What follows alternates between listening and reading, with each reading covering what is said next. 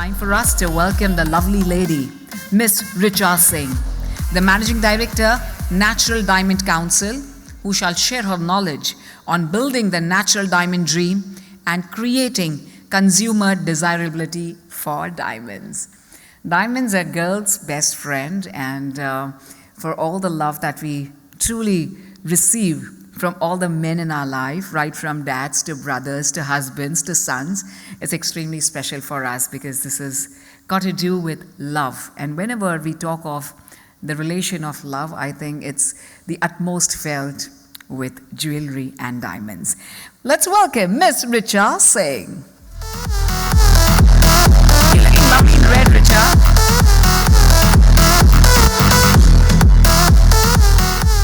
Good afternoon. I must confess, Samit does this to me all the time. So second time here, Samit, and second time I get this slot right after lunch. It's a pleasure to be here. Thank you to the RJI team and Samit and Soma. We've had, I must say, we've had an eventful year.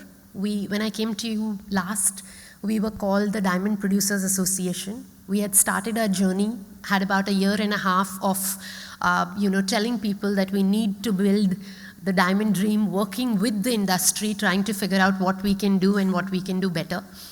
End of 2019, when we were here last and we had discussions with you all, the realization was that somewhere in the consumer's mind, fine jewelry is no longer the top 5 on the luxury list. So when you ask a consumer and, what do you want to do? They'll talk about a Michelin star restaurant they want to go to. They talk about a customized trip. They want to take a, experience which is just theirs. But fine jewelry comes way down on the list. And we felt that in our zeal to go deeper and bigger, are we actually alienating our current consumer, existing consumer? So we revamped ourselves. We became, we started to work and say, what is it that we want to do? What is it that is luxury to the new consumer? And, to a millennial, I know it's a much abused word, millennial, Gen Z, I would even say that, going up to the new generation starting from 18 to probably 40, everybody has a new way that they want to spend their money, the new way they want to live. And the pandemic has changed it even more. I'll come to that. But this was our starting point at saying that we need to reshape what we are doing, and probably as the industry body, we need to take the initiative and start working with all of you and make this. So the few things that came out, which were, even more reinforced after the pandemic, naturality has become top of the list. So we have a newfound respect for nature. The pandemic has told us that, she's all encompassing. This is something that you cannot take for granted. So everything natural is appreciated more. By the way, just an anecdote, if you ask the consumer what is the luxury they want today, do you know what is the most articulated thing? The freedom to walk, the freedom to go out in public. And the second thing was the freedom to sit with my loved ones. So the top of the list on luxury today, the 5 things are nature. The number 1 is the ability to go anywhere I want to go and not have constraints. And this is the rich, the affluent of the world telling you. Most of the data that I'll refer to, or people that I speak to, please remember, will be, we have our bases in the US, China, and India, very small in UK. So most of this, when I give a referencing of the consumer, will be from these countries. It's not necessarily global beyond these countries, but when I say global, it's the places that we are present in. The second thing is a purposefulness, sustainability coming together with that. People want to be with brands which do something. They're not, let me be clear, it doesn't mean I want to do something. It means that I like to be associated with brands which are doing something. So don't assume that I will go out and proactively necessarily do something for the nature or do something for the global warming. But I want to associate with brands which believe in sustainability, purposefulness. Colin mentioned it, and even I think, Maha, you mentioned it, that when you said that everybody wants to buy, it's the difference between want and need.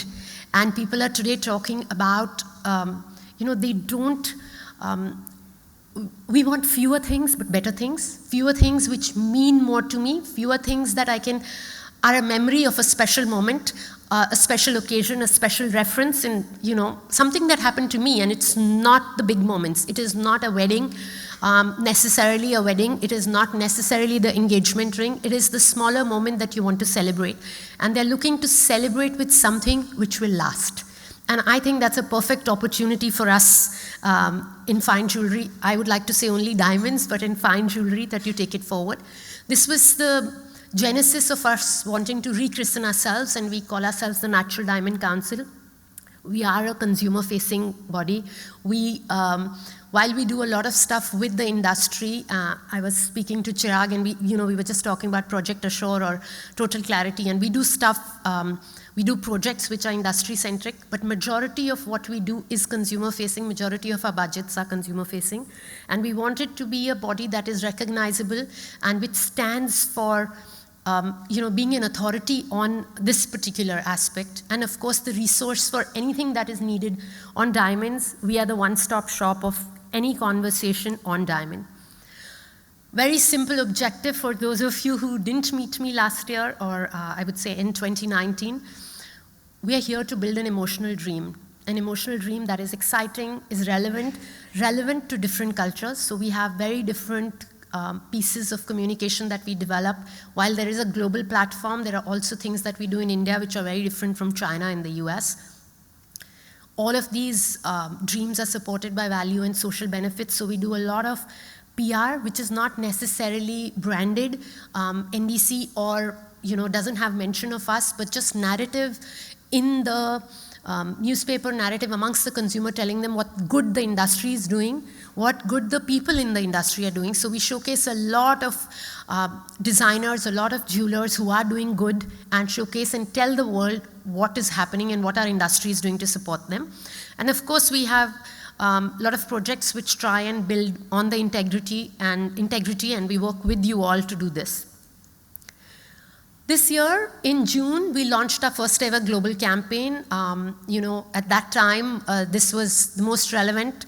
We chose Ana de Armas. She's the new Bond girl. The Bond movie got shifted, unfortunately, to this year.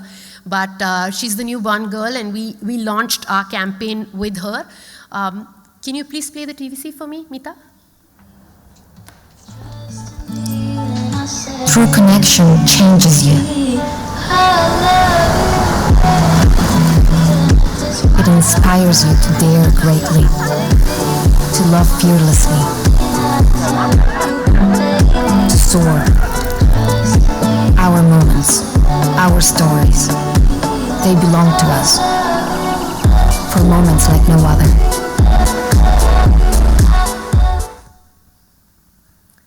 So this was our first ever TVC. We have a global ambassador. The idea was that we elevate ourselves, and we are a match for any global brand that comes. I say that again with, Dubai has brands which we don't necessarily have in India, or a retail experience which we don't necessarily have in India. So it was a definite, conscious effort to find something that elevates us as an industry. We did a lot of, build up around it. All of this happens to build on a platform called Only Natural Diamonds. So you will see our council name comes in a couple of places that we work in, say the Fashion Week. We have, again, from your panel when you spoke, both of you were speaking and you were giving a consumer angle. For us, we believe that why can't we create enough stories like fashion has? Why is fashion reinvented and we go out and buy 6 pairs of, outfits, new outfits every year? Why is it not true for jewelry? And what is it that we can learn from the fashion industry that we can build on? And, why don't we have the same spring, summer, autumn, winter kind of a vibe that comes out? And why don't we split couture from Pret and say that, while there is a wedding jewelry or high-end jewelry, you go out and buy, high street brands every day. There are smaller, cheaper pieces accessible which last, which can be worn differently. And while we were talking to the editorial teams in India, and we came up with a word, and they said what we call the T-shirt diamonds. So our current project, as we speak, my team is shooting on, is T-shirt diamonds. And we are trying to do a whole collection of T-shirt diamonds that can be. And T-shirt diamonds could be with the solitaires, could be really small stacked earrings, or could be very chunky stuff depending on what what is your vibe. But the idea is to tell the world that there is a possibility of different looks, personalization, wearing it differently, and we are spending a fair bit of time doing that. So this platform was essentially to have a one-stop shop of everything that is done, how do we collate it and where do we rest it, that people can go to and see.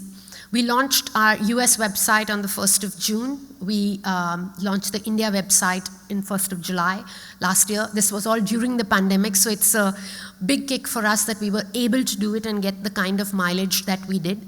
We focus on 6 kind of topics, so we have everything from history, the big, iconic brands that there are. Epic diamonds, when we say, are not necessarily old diamonds, but epic for a reason and what consumer believes to be epic.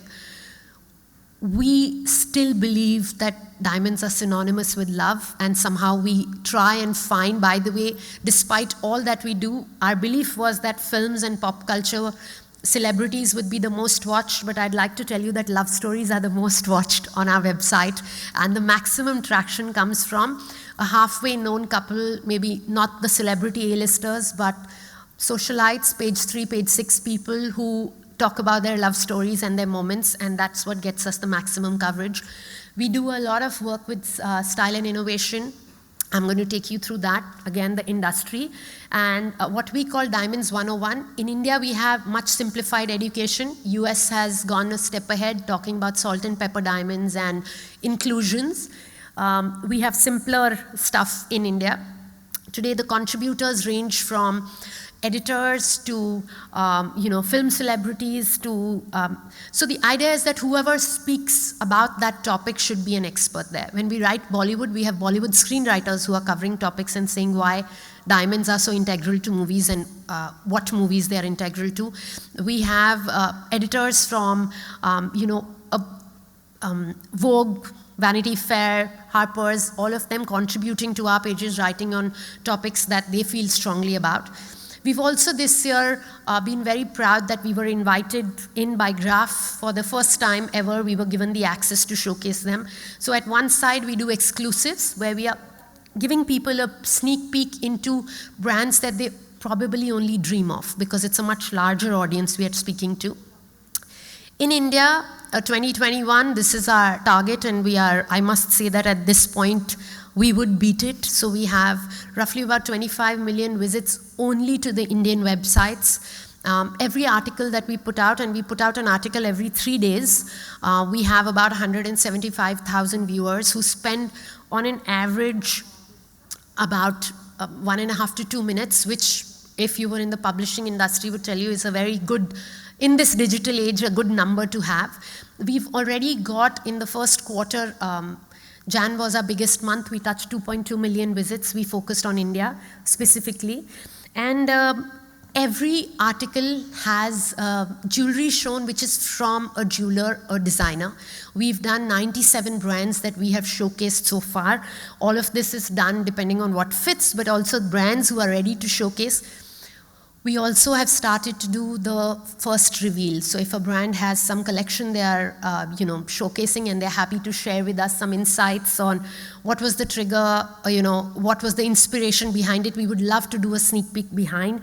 We've also started to show a lot of designers and their journey. We believe that as an industry, we need to not question the craftsmanship. I think the effort, the energy that goes into creating a piece of jewelry is so much more than what the consumer sees. They are so not used to it. The diamond, before it even is considered to be put in a piece of jewelry, is so exciting. My first trip to Surat, I came back big-eyed and wanting to go back again and not believing what is there. So while you know it subliminally, to see it means something else. So we've been showcasing, all of that.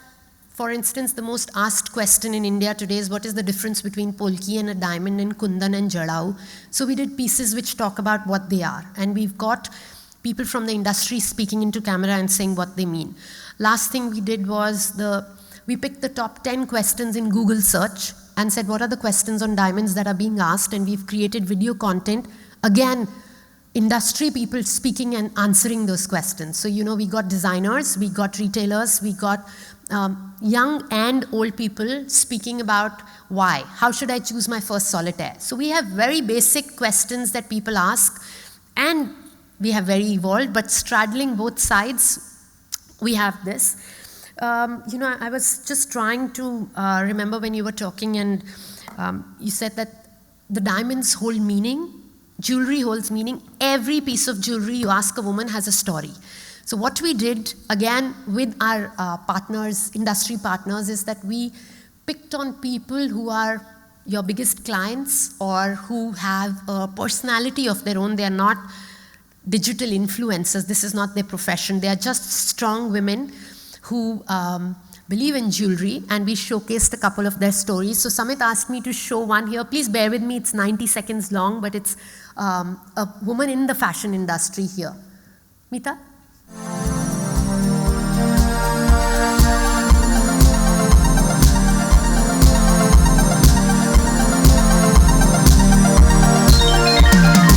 I'm Arshad Naina. I'm a creative brand consultant that helps brands make their images, videos, stores, spaces, and events more impactful, and sometimes create a little bit of buzz and energy.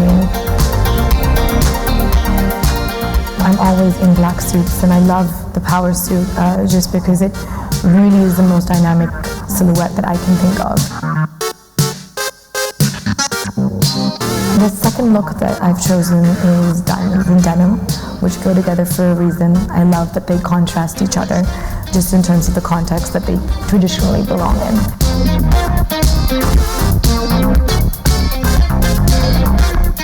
Final look is very special to me. It's an heirloom jacket that I received from my mother, who is obsessed with textiles and traditions, and she sourced this from some God knows obscure place in Tibet. But the reason I feel that it pairs well with natural diamonds and jewelry is because it really allows the jewelry to shine. The idea of an heirloom is that she once wore it, but you can find a way to use those natural diamonds and make it relevant in your own way, in your own context, with your own wardrobe. I think a lot of jewelry is gifted, and those moments are very, very important to the people who receive them.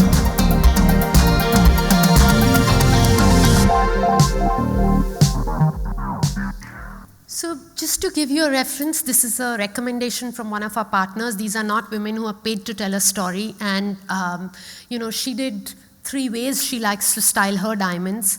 And in this case, we actually took the diamonds from a partner and we asked her to pick. So we showcase designs, she chooses, we make videos, we promote it, we put money behind it. The idea is to show the way it's styled, can be styled, and also, talk about the emotional meaning behind it, or, what it meant to her to receive it from someone or buy it herself. We have a lot of women who speak about buying their own. And so we tend to do a lot of these stories which get picked up organically by press as well, depending on the person that there is. We've tried to cover a large part of India, so we have a lot of women from the Northeast who don't really get a lot of free airtime in fashion that we showcase. The second person that I'm showcasing here is a businesswoman. She's got nothing to do with fashion, and this is her story and her diamond story. So we've showcased, this is a series that we shot, but women with really big diamonds and women with really small. One spoke about the nose pin and how it means so much to her, and while she has very big pieces, just this nose pin has got the strongest meaning. And so we've got a spectrum of women that we show. The next one, please.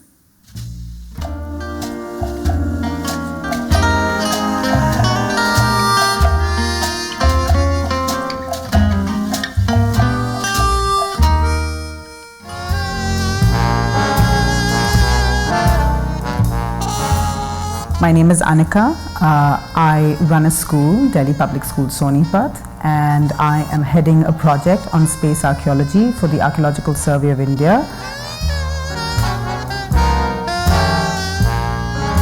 Heirloom diamonds, as they came down to me, I think my mom also saw my grandmother wear them. As they came down to me, I was very happy to wear them as my everyday jewelry, something that I would never take off. It showed me the kind of grace it adds to your frame. in a very elegant and understated way. So I appreciated that. I have a very strong policy of doing no work on the weekends. And how I keep myself busy is tending to my plants, taking care of all my pets. We love them, they guard this house dearly, but it's almost like a full-time job taking care of so many pets, but we're glad that we have them around us.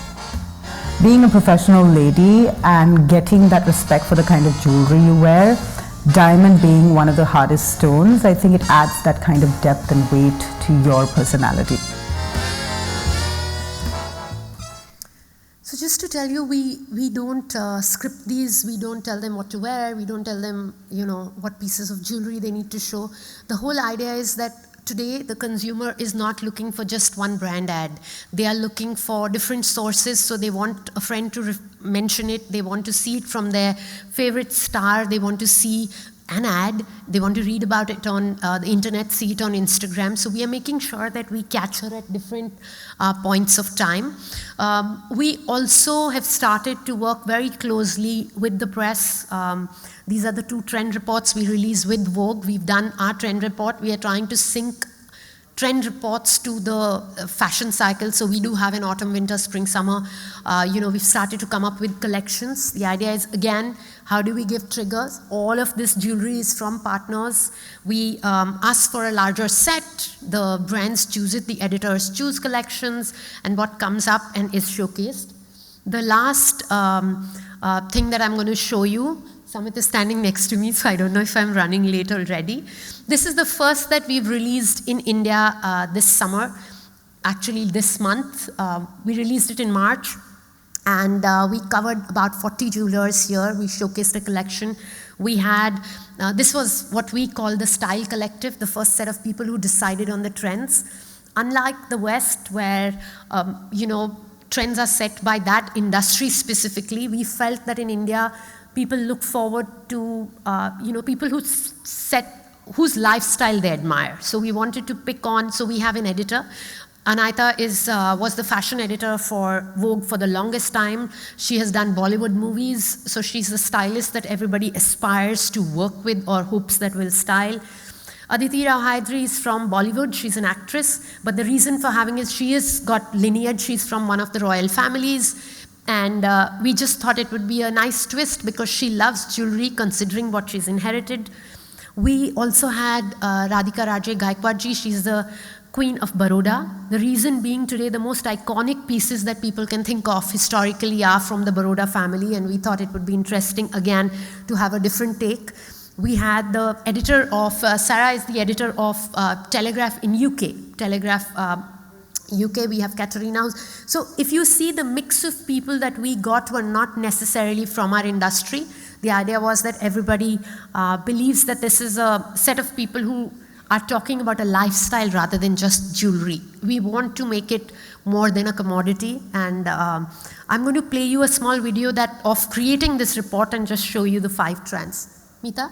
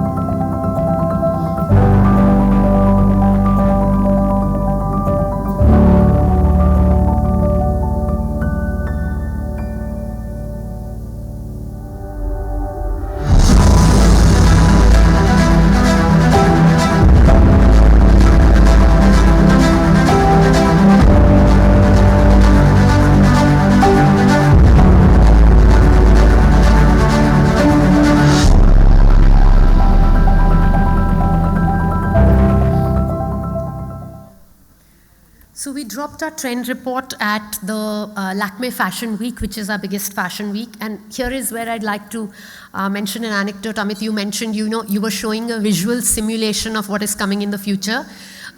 This time Fashion Week for us was a drive-in fashion week. So there was a ramp in the middle, and all of us parked our cars on the side, and we stayed inside the cars and we drove out. So this is the first for us in India. I don't know if it's happening globally, but it was truly amazing the way they put up the screens, and we had a virtual fashion week, which was, so they did it for select shows, of course. It wasn't 100% of the fashion week, but every day we had multiple shows, day and night, which were lit up, stage in the center, cars all around. So, what you said was true when you were saying it's going to happen in the future. It's happening as we speak and happening in India, so I'm sure it's going to happen or is already happening across the world. These were the four trends that we came up with.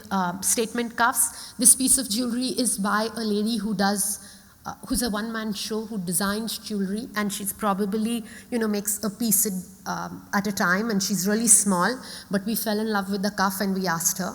Of course, this is from a bigger brand, and shoulder dusters was the second thing. Gender fluid jewelry, very big in the editorial space. Men, very big as a potential buyer for us. India is seeing a huge growth here, and we thought this was a good time to be showcasing. Geometric designs, again trending. Please remember, all of this are chosen by the editorial team. We did not have a bias or an influence in this. And this is a last one for us. It's not really what we call a trend, but this is a new wave in the jewelry world, which we would like to latch on to, and we believe we can build on, is the whole spirit of a new heirloom. So I inherited something from my mom. While it's beautiful, it's lying inside the bank vault, and I don't necessarily wear it, but a lot of women want to wear it. Two schools of thought. I want to wear it as is, don't touch, it's an heirloom. One who says, what's the point of having it if I can't wear it, and how do I make it mine? So the whole concept of a new heirloom is, how do you make the piece yours, personal to you? So while there's a part of it that is a memory of your mom, but there's a large part of it that's me, and very unique to me. So we picked on pieces which can become heirlooms, and that's the series we did for New Heirloom. We would like to do it for every season. This is the last 2 weeks of data. This has been our most viewed content piece till date. We've got about 600,000 views on this one piece. We've got 1.5 million visits, video views on it, the engagement, and we've till date on the trend report showcased 48 brands.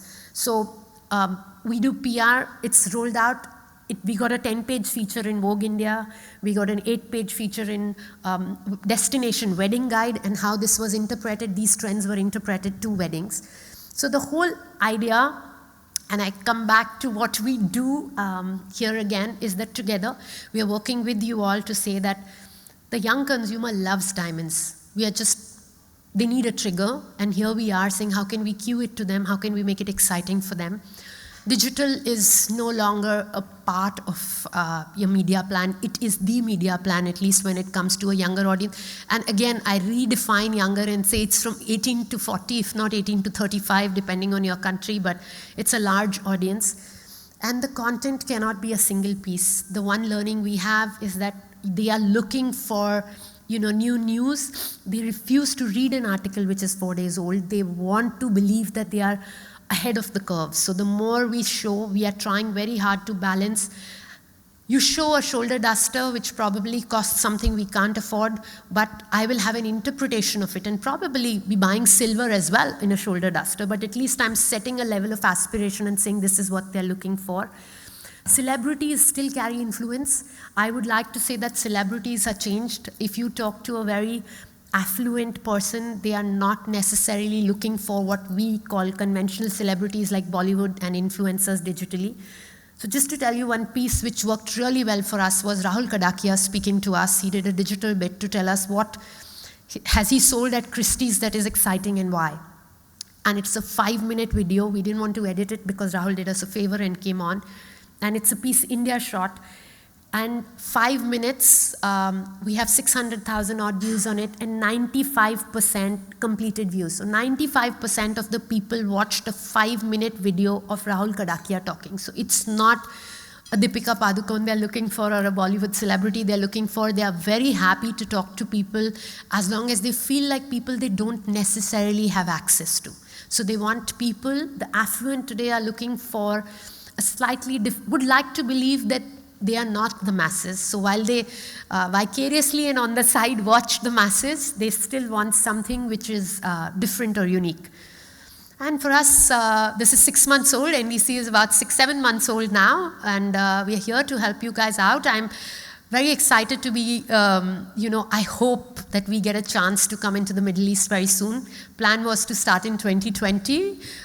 COVID had different intentions for us, but I'm hoping that we start PR. I'm actually meeting editors before I go back, but I'm hoping to start collaboration with a few partners here and hoping that we start a PR drive at least in Dubai in the next quarter, in the coming quarter. Look forward to meeting all of you. Thank you very much. Thank you, Richa. The fact that Samit is always close to the dais, it only means that he loves you so much. So since morning, the fact that he comes close to the dais, it's his form of expression that he loves you. Yes, Samit. Just 1 minute. Richa, we told her just about 1 week back that she has to come to Dubai, and she made it here. So thanks to her, and thank you for coming, Richa. I want to tell you that the Natural Diamond Council is an organization formed and sponsored by all the diamond mining companies. So it's De Beers, Alrosa, Rio Tinto, Dominica, all these people have come together, and this is the council of the miners for marketing. So she's in Dubai. We have told her to stay here for 2 days more, and she's here. You can meet her, and you can start collaborating. In India, it is really benefiting the retailers who are collaborating with Natural Diamond Council. They are always working together with jewelers. They're already working with about 450 jewelers in India, and a new diamond story is being created for the next 10 years. Somewhere diamonds around 2010 onwards had been slightly on a decline, but in the pandemic, when people thought that with gold going to rock after the pandemic, which happened, in India there was no stock available to sell after Diwali, but diamonds did 5 times better than gold in the last 3 months. And in India, all factories in SEEPs where diamond manufacturing is happening, they're working overtime. In US, China and India, diamonds are doing very well, so is Middle East. And the Natural Diamond Council tells amazing stories of diamonds through social media and other avenues, and they can collaborate with you, with NDC and media here, and influencers here. So please take the opportunity to meet her today, and tomorrow she can visit 6 to 7 offices so that you can start working with her immediately. Yeah, thank you, Richa. And thank you very much for the lovely presentation. Thank you. Thank you, Samit. Since you're on stage, can we have a photo op with Richa towards the center stage? She's going to exit from there any which ways. Samit doesn't like this, but please. Thank you very much, Richa. That truly was an insightful presentation. Well, ladies and gentlemen, if you wish to collaborate with the Natural Diamond Council, then please do meet Richa during the day of the event. And she's also in Dubai for the next 3 days. You're going to enjoy and freak out. I love that. Freak out with work. That's your passions. Thank you.